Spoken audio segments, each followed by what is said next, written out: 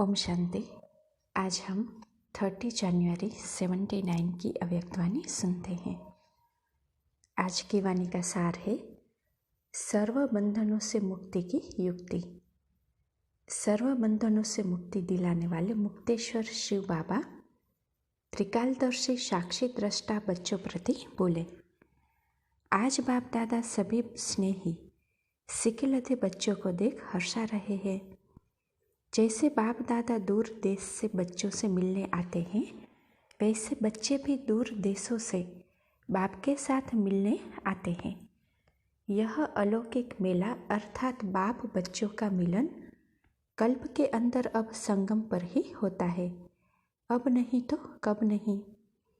बाप दादा सभी बच्चों की विशेष धारणाओं को देख रहे हैं। सुनना यह तो जन्म जन्मांतर से करते ही आए हैं, लेकिन इस अलौकिक जन्म में अर्थात ब्राह्मण जीवन में विशेषता है ही धारणा स्वरूप बनने की। तो बाप दादा रिजल्ट देख रहे हैं। हर एक ब्राह्मण बच्चा कर्म करने के पहले त्रिकालदर्शी स्टेज पर स्थित हो, तीनों कालों को जानने वाले बन कर्म के आदि मध्य अंत को जान कर्म करते हैं और फिर कर्म करते समय साक्षी दृष्टा हो पाठ बजाते हैं। ऐसे पाठ बजाने वाले वर्तमान समय और भविष्य में भी पूज्य स्वरूप बन अनेक आत्माओं के आगे दृष्टांत रूप बनते हैं। त्रिकालदर्शी साक्षी दृष्टा और फिर दृष्टांत रूप तीनों ही स्थिति में अभी कहाँ तक पहुँचे हैं। जैसे साकार बाप को देखा ऐसे फॉलो फादर है। हर कर्म त्रिकालदर्शी बन करने से कभी भी कोई कर्म विकर्म नहीं हो सकता, सदा सुकर्म होगा।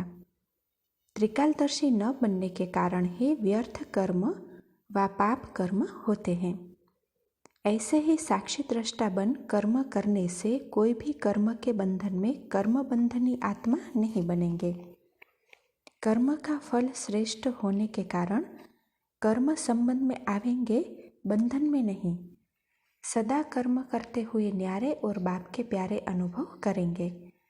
ऐसी न्यारी और प्यारी आत्माएं अभी भी अनेक आत्माओं के सामने दृष्टांत अर्थात एग्जाम्पल बनते हैं, जिसको देखकर अनेक आत्माएं स्वयं भी कर्मयोगी बन जाती है और भविष्य में भी पूजनीय बन जाती है। ऐसे बाप समान बने हो, बंधन मुक्त आत्मा बने हो। सर्व संबंध बाप के साथ जोड़ना अर्थात सर्व बंधनों से मुक्त होना। अनेक जन्मों के अनेक प्रकार के बंधन को समाप्त करने का सहज साधन बाप से सर्व संबंध। अगर किसी भी प्रकार का बंधन अनुभव करते हो तो उसका कारण है संबंध नहीं। बाप दादा रिजल्ट देख रहे थे कि अभी तक कौन कौन से बंधन युक्त है। देह के बंधन का कारण है देही का संबंध बाप से नहीं जोड़ा है। बाप की स्मृति और देही स्वरूप के स्मृति की धारणा नहीं हुई है। पहला पाठ कच्चा है। सेकंड में देह से न्यारे बनने का अभ्यास सेकंड में देह के बंधन से मुक्त बना देता है। स्विच ऑन हुआ और भस्म। जैसे साइंस के साधन द्वारा भी वस्तु सेकंड में परिवर्तन हो जाती है, वैसे साइलेंस की शक्ति से देही के संबंध से बंधन खत्म। अब तक भी अगर पहली स्टेज देह के बंधन में है तो क्या कहेंगे? अभी तक पहले क्लास में है। जैसे कोई स्टूडेंट कमज़ोर होने के कारण कई वर्ष एक ही क्लास में रहते हैं, तो सोचो ईश्वरीय पढ़ाई का लास्ट टाइम चल रहा है और अब तक भी देह के संबंध की पहली चौपड़ी में है। ऐसे स्टूडेंट को क्या कहेंगे? किस लाइन में आएंगे? पाने वाले व देखने वाले। तो अब तक पहली क्लास में तो नहीं बैठे हो। पर धर्म में स्थित होना सहज होता है व स्वधर्म में। स्वधर्म है देही अर्थात आत्मिक स्वरूप, पर धर्म है देह स्वरूप। तो सहज क्या अनुभव होता है? जैसा नाम है सहज राजयोगी वैसा ही अनुभव है। वह नाम और काम में फर्क है। दूसरे नंबर का बंधन है मन का बंधन। इस मन के बंधन का साधन है सदा मन मना भव। यह पहला मंत्र सदा जीवन में अनुभव करते हो। सदा एक बाप दूसरा न कोई। यह पहला वायदा निभाना अर्थात मन के बंधनों से मुक्त होना। तो पहला वायदा निभाना आता है ना? कहना आता है व निभाना आता है? निभाना अर्थात पाना। इसी में भी चेक करो कि कहाँ तक बंधन मुक्त बने हैं। सदा सर्व आकर्षणों से परे एक की ही लगन में मगन है, एक रस है, अचल है व चंचल है। अगर अब तक चंचल है तो क्या कहेंगे? अभी तक छोटा बच्चा है और स्टेज आकर पहुंची है वानप्रस्थ की। ऐसे स्टेज के समय यह चंचल था। बचपन की स्टेज अच्छी लगती है। ब्राह्मण जन्म का अधिकार मास्टर सर्वशक्तिवान का प्राप्त किया है। अधिकार के आगे यह देह व मन के बंधन रह सकते हैं। प्रैक्टिकल अनुभव क्या है?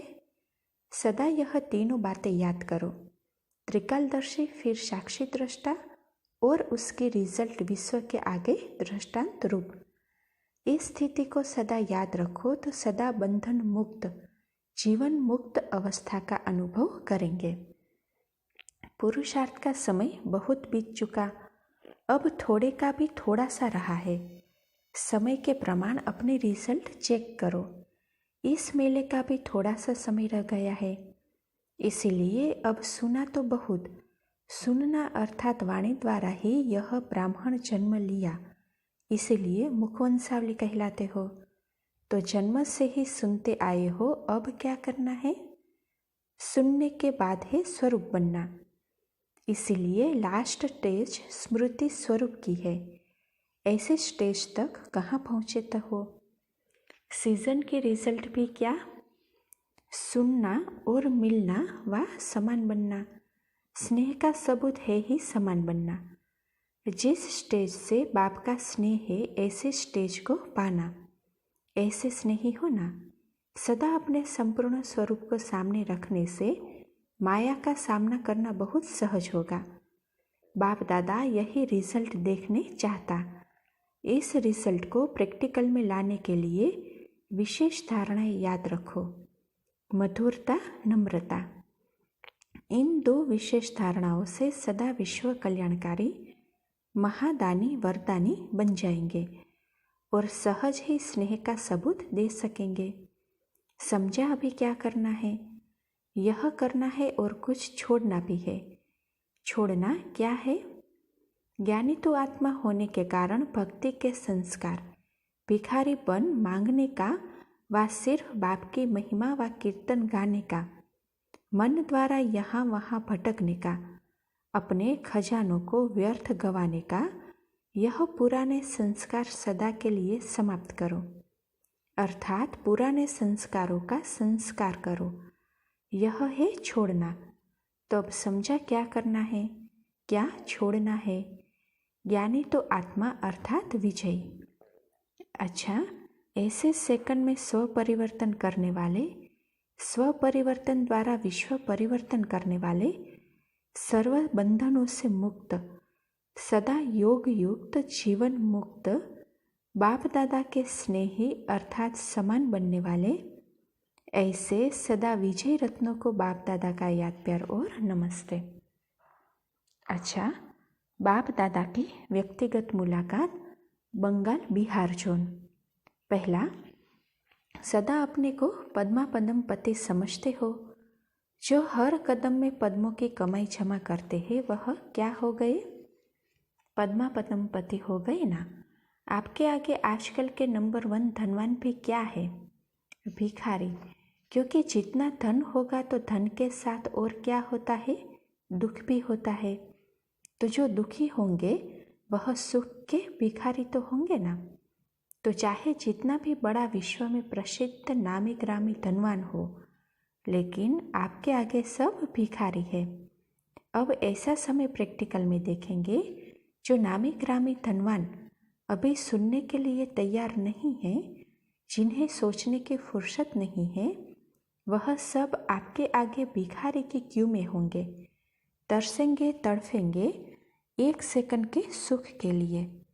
ऐसे समय पर आप सभी महादानी स्टेज पर स्थित हो सबको दान देंगे तो इतना नशा रहता है कि हम विश्व में सबसे माला माल है। शुरू में भी स्थापना के समय अखबार में क्या डलवाया था? लोगों ने कहा ओम मंडली गई कि गई, और बाप ने डलवाया ओम मंडली सारे वर्ल्ड में रिचेस्ट है, माला माल है। सब भूख मर सकते हैं लेकिन बाप के बच्चे भूखे नहीं मर सकते, क्योंकि अमर भव का वरदान मिला हुआ है। जो वरदानी है वह सदा माला माल है। तो ऐसा नशा और खुशी सदा कायम रहे, कभी कभी नहीं। अमर भव अर्थात निरंतर सदा खुशी में बाप के साथ समानता की रास खेलते रहो। बाप के साथ रास भी वही खेलेंगे जो समान होंगे। सदा समानता ही रास है, तो ऐसे रास खेलते हो। जो यहाँ सदा बाप के समान रहते हैं, वह खुशी में नाचते रहते हैं, वही फिर भविष्य में भी साथ साथ रास करेंगे। ब्रह्मा बाप के साथ पाठ बजाना तो बाप समान होंगे तब तो पाठ बजाएंगे ना। शक्ति सेना सदा विजय का झंडा लहराने वाली हो ना। कितना ऊंचा झंडा लहराया है? इतना ऊंचा झंडा है जो सारे विश्व देख सकेंगे। झंडा लहराया जरूर है, लेकिन अभी ऊंचा उठाना है। अगर कोई अट्रैक्शन की वस्तु कहाँ भी नज़र आती है तो सबकी नज़र ऑटोमेटिकली जाती है, न चाहते भी आकर्षण होती है। तो ऐसा आकर्षण वाला झंडा लहराओ जो न चाहते भी सबकी नज़र जाए। वैसे तो धरनी अभी परिवर्तन होती जा रही है। अभी सबके कानों में यह आवाज़ गूंजने वाला है कि अगर सत्य कार्य है तो इन्हों का ही है। सब तरफ से निराश होंगे और इसी तरफ आशा का दीपक दिखाई देगा। इसके लिए संपर्क बढ़ाओ। समय पर संपर्क नहीं, सदा संपर्क। संपर्क में आने वालों को आगे बढ़ाते चलो। कोई न कोई प्रोग्राम समय प्रति समय रखते हो। हर वर्ग की सेवा करनी है। अंत में कोई भी उल्हाना न दे सके कि हमें नहीं बताया। इसीलिए सब धर्म वालों को संदेश जरूर देना है। दूसरा, तमोगुणी वातावरण से सेफ्टी का साधन बाप का साथ। अपने को इस पुरानी दुनिया में रहते कमल पुष्प के समान न्यारे और बाप के अति प्यारे अनुभव करते हो। जैसे कमल का पुष्प कीचड़ में रहते भी न्यारा रहता है, ऐसे पुरानी दुनिया में रहते हुए तमोगुणी वातावरण से न्यारे रहते हो। तमोगुणी वातावरण का प्रभाव तो नहीं पड़ता। जो सदा बाप को अपना साथी बनाते और साक्षी हो पाठ बजाते, वह सदा न्यारे होंगे। जैसे वाटरप्रूफ होता है ना, तो कितना भी पानी पड़े लेकिन एक बूंद भी असर नहीं करेगी। ऐसे सदा माया प्रूफ हो कि माया का असर होता है। जब बाप के साथ का किनारा करते हो तब असर होता है। किनारा देख माया अपना वार कर देती है। सदा साथ रहो तो माया वार नहीं कर सकती। सभी बच्चों को माया जीत बनने का वरदान है, लेकिन माया जीत का पेपर तो होगा ना। पास नहीं होंगे तो पास विद ऑनर कैसे कहलाएंगे। सदा यह याद रखो कि हम सर्वशक्तिवान के साथ हैं। अगर कोई बहादुर का साथ होता है तो कितना निर्भय रहते हैं। यह तो सर्वशक्तिवान का साथ है, तो कितना निर्भय रहना चाहिए। सदा अपने भाग्य का सितारा चमकता हुआ देखो। दुनिया वाले आज की आपके भाग्य का वर्णन कर रहे हैं, तो अपने भाग्य का सितारा देखते रहो। तीसरा, डबल लाइट की स्थिति से पहाड़ जैसा कार्य भी रुई समान। सभी डबल लाइट होना, किसी भी प्रकार का बोझ अनुभव न हो, यह है डबल लाइट। डबल लाइट अर्थात बिंदी स्वरूप आत्मा में भी कोई बोझ नहीं, और जब फरिश्ते बन जाते तो उसमें भी कोई बोझ नहीं। तो या तो अपना बिंदु रूप याद रहे या कर्म में फरिश्ता स्वरूप। ऐसे स्टेज पर स्थित होने से कितना भी बड़ा कार्य ऐसे अनुभव करेंगे जैसे करण करावनहार करा रहे हैं। निमित्त समझेंगे तो डबल लाइट रहेंगे। ट्रस्टी अर्थात डबल लाइट, गृहस्थी अर्थात बोझ वाला। ट्रस्टी होकर चलने से बोझ भी नहीं और सफलता भी ज़्यादा। गृहस्थी समझने से मेहनत भी ज़्यादा और सफलता भी कम। तो सदा डबल लाइट के स्वरूप की स्मृति की समर्थी में रहो तो कोई भी पहाड़ जैसा कार्य भी राई नहीं लेकिन रुई जैसा हो जाएगा। राई फिर भी सख्त होती है, रुई उससे भी हल्की, तो रुई के समान अर्थात असंभव भी संभव हो जाएगा। चौथा, अपनी स्थिति को शक्तिशाली बनाने का साधन है श्रेष्ठ स्मृति। सदा अपने को श्रेष्ठ आत्मा समझते हुए हर संकल्प और कर्म करते हो, क्योंकि जैसी स्मृति होती है वैसी स्थिति स्वतः बन जाती है।